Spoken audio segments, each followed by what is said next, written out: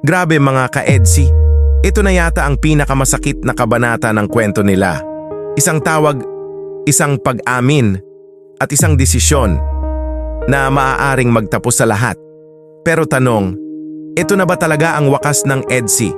Kung isa ka sa nasasaktan ngayon, mag-comment ka ng masakit pero umaasa at samahan mo ako hanggang dulo dahil may mga detalye na mas lalo pang tatama sa puso mo. Alam naman natin mga ka-EDSI, hindi biro ang pinagdadaanan ni na Edu at Veyancy ngayon. 2 years. 2 years silang naging bahagi ng buhay natin. Saya, kilig, lungkot at mga alaala na hindi na mabubura. Kaya kung sakaling mawala sila, sobrang sakit nito para sa ating lahat. Palaging ikaw, pangarap, unay, hanggang sa dulo. Ikaw ang aking mahal.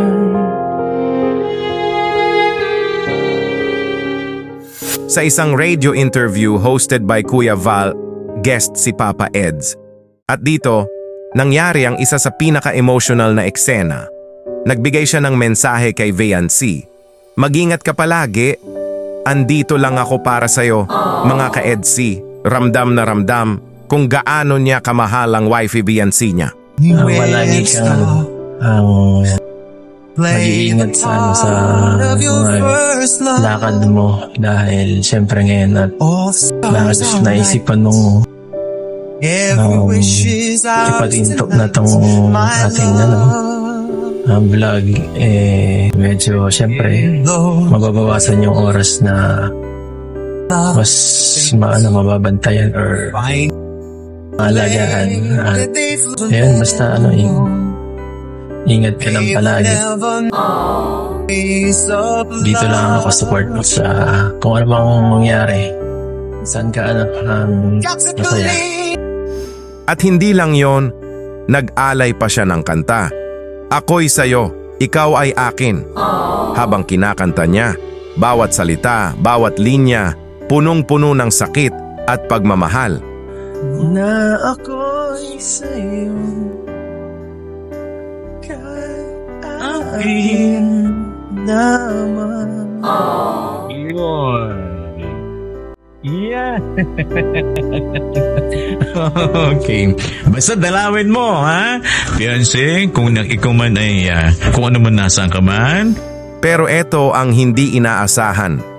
Nanunood si Veyancy. At doon, tinawag siya, kinausap, live. May nanonood daw. Nanonood siya. Yes. Oh, tama. Ito yung magandang pagkakataon. Okay? Mga ka-EDSI, ito na ang pinakamasakit na parte sa tawag nila. Humingi ng sorry si Veyancy, pero buo na ang desisyon niya, itigil ang love team. Habang umiiyak siya, kinomfort siya ni Edu. Tahan na, naiintindihan ko. Grabe. Ito yung klase ng pagmamahal na kahit nasasaktan ka, pinipili mo pa ring umintindi. Naririnig pa ako ng mga nanonood. Naririnig ka? Yes po. Oh, sa radyo. Yan, gusto ko pong humingi ng pasensya po sa inyo. Sa mga taong umaasa pa din ng ngayon na magkakabalikan po yung pregnancy. Pero buo na po kasi yung decision ko. Matagal ko din po talagang pinag-laban yung namin yung laptip. Sana. Alam mo yan. Sana. Okay lang yun. Pero sandali mga ka-EDSI, hindi pa dito nagtatapos ang lahat. Sabi ni Kuya Host, puntahan ni Edu si Veyancy, mag-usap sila ng personal, ayusin ang lahat dahil hindi pa ito final, hindi pa ito wakas, may pag-asa pa. Okay, wag natin sabihin na goodbye.